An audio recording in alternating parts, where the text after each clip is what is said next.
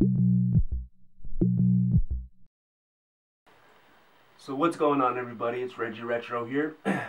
So you're just starting out producing, you don't know where to look for equipment, you don't know what equipment to start with. So I figured I would put out a 5-video series of how you would actually go about researching and picking and choosing what sort of controller that might be good for you. I get it. There's a lot of information out there on what you should and shouldn't be using. That comes down to what basically you want to be producing. So within this tutorial, there's going to be a few topics covered. So for number one, we have audio interfaces. We're going to go over price points and possible options for you.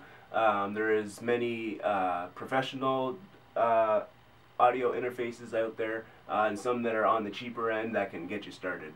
And number two, there is MIDI controllers. Again, we're going to go over price points and what the differences are in between workstations and MIDI controllers. Workstations are a little bit more in depth. They hold their own memory that you can do a lot more with them. With a MIDI controller, you will be working with your PC or laptop. And if you're the type of producer that wants to make your own sound, this is the topic for you, which is going to be synthesizers. And on to number four, we're going to talk about microphones, price points, and USB microphones.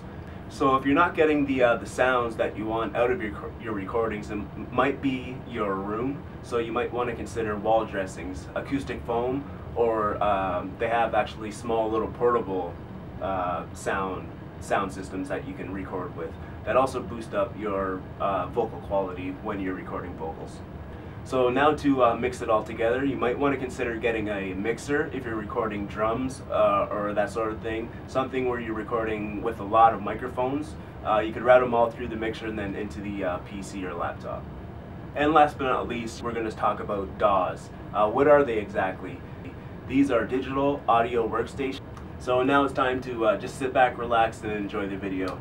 There's a lot of information here, but if you take your time, pause the video if you have to. We'll get through it. Enjoy the video.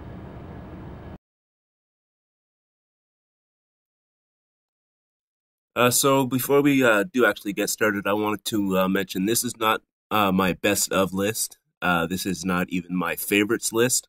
This would be a more affordable list where you would get more bang for your buck for production quality. So with that said, let's get things started here.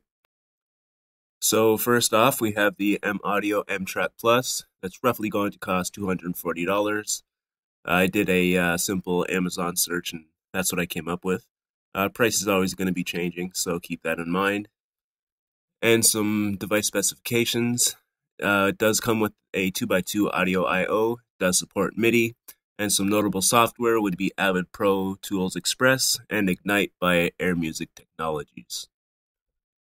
And I'm probably going to pronounce this wrong, but the Ulysses IO2, and that is going to run in the $240 range, which includes a 2x2 audio I/O with MIDI support, and some notable software would be Cubase LE. For the most part, when a piece of software comes with an interface, it will have a limited edition or demo version or some sort of bonus code, so you could upgrade to the full version at a cheaper price. And moving right along, we have the Focusrite Scarlett. It's roughly going to be $200.